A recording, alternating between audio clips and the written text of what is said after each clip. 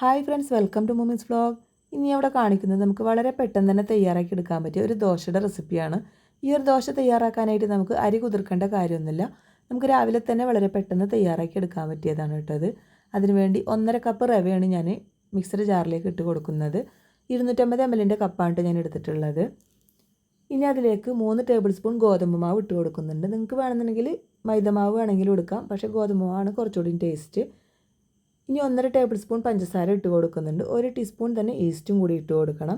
ആവശ്യത്തിനുള്ള ഉപ്പും കൂടി ഇട്ട് കൊടുക്കാം. ഇനി ഇതിലേക്ക് 2 കപ്പ് ഇളം ചൂടുള്ള വെള്ളമാണ് ഒഴിച്ചു കൊടുക്കേണ്ടത്. വെള്ളം ഒഴിച്ചു കൊടുത്തതിന് ശേഷം അതൊന്ന് നന്നായിട്ട് മിക്സ് ചെയ്തെടുക്കണം. അടിയിലൊക്കെ കട്ട പിടിച്ചിരിക്കുന്നുണ്ടാവും. മിക്സ് ചെയ്തതിന് ശേഷം നമുക്കതൊന്ന് അടിച്ചെടുക്കണം. അടിക്കുമ്പോൾ ശ്രദ്ധിക്കണം, 2 മിനിറ്റിൻ്റെ ഉള്ളിൽ മാത്രമേ അടിക്കാൻ പാടുള്ളൂ, അധികം നേരിട്ട് അടിക്കരുത്.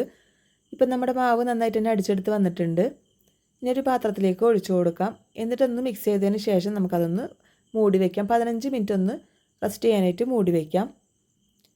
ഞാനിവിടെ കറക്റ്റ് 15 മിനിറ്റാണ് വെച്ചിട്ടുള്ളത്. 15 മിനിറ്റ് കഴിഞ്ഞപ്പോൾ മാവ് നല്ല പോലെ തന്നെ പൊങ്ങി വന്നിട്ടുണ്ട്. ഇനി ഇളക്കുമ്പോൾ ഒന്നുകൂടി പൊങ്ങി വരും അത്. ഇനി നമുക്ക് സാധാരണ ദോശ ചുടുമ്പോൾ തന്നെ ചുട്ടെടുക്കാം.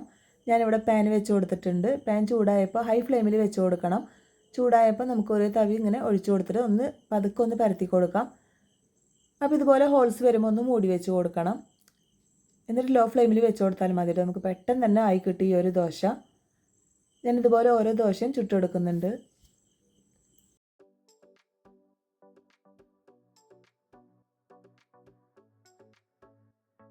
അങ്ങനെ വളരെ ടേസ്റ്റി ആയിട്ടുള്ള റവ ദോശ എല്ലാം ഇവിടെ റെഡിയായി വന്നിട്ടുണ്ട്. ഇനി അരി ഇടാൻ മറന്നാലൊന്നും ആർക്കും ഒരു ടെൻഷനും വേണ്ട. നമുക്ക് രാവിലെ തന്നെ വളരെ പെട്ടെന്ന് ചെയ്തെടുക്കാൻ പറ്റിയ ഒരു ബ്രേക്ക്ഫാസ്റ്റിൻ്റെ റെസിപ്പിയാണ് ഇവിടെ കാണിച്ചത്. അപ്പോൾ വളരെ സോഫ്റ്റ് ആയിട്ടുള്ളതാണ്, വളരെ ടേസ്റ്റും കൂടിയാണ്. അപ്പോൾ ഇത് കഴിക്കാനായിട്ട് പ്രത്യേകിച്ച് കറിയുടെ ആവശ്യമൊന്നുമില്ല. ഏത് കറിയുടെ കൂടെ വേണമെങ്കിലും നമുക്കിത് കഴിക്കാവുന്നതാണ്. ഇനി സാധാരണ ദോശ കഴിക്കും പോലെ ചട്നിയുടെ കൂടെയും നമുക്കിത് കഴിക്കാവുന്നതാണ്. വളരെ ടേസ്റ്റി ആയിട്ടുള്ള ഈ ഒരു റെസിപ്പി നിങ്ങൾക്ക് എല്ലാവർക്കും ഇഷ്ടപ്പെട്ടെന്ന് വിചാരിക്കുന്നു. ഇഷ്ടപ്പെട്ടാൽ ഒന്ന് ലൈക്ക് ചെയ്യുക, ഷെയർ ചെയ്യുക, സബ്സ്ക്രൈബ് ചെയ്യുക. ഇനി എൻ്റെ ചാനൽ ആദ്യമായിട്ട് കാണുന്നവരുണ്ടെങ്കിൽ പ്ലീസ് ഒന്ന് സബ്സ്ക്രൈബ് ചെയ്ത് സപ്പോർട്ട് ചെയ്യണേ. ഇഷ്ടമായാൽ നിങ്ങളുടെ ഫ്രണ്ട്സിനും ഫാമിലിക്കും ഒന്ന് ഷെയർ ചെയ്ത് കൊടുക്കാൻ മറക്കല്ലേ. താങ്ക്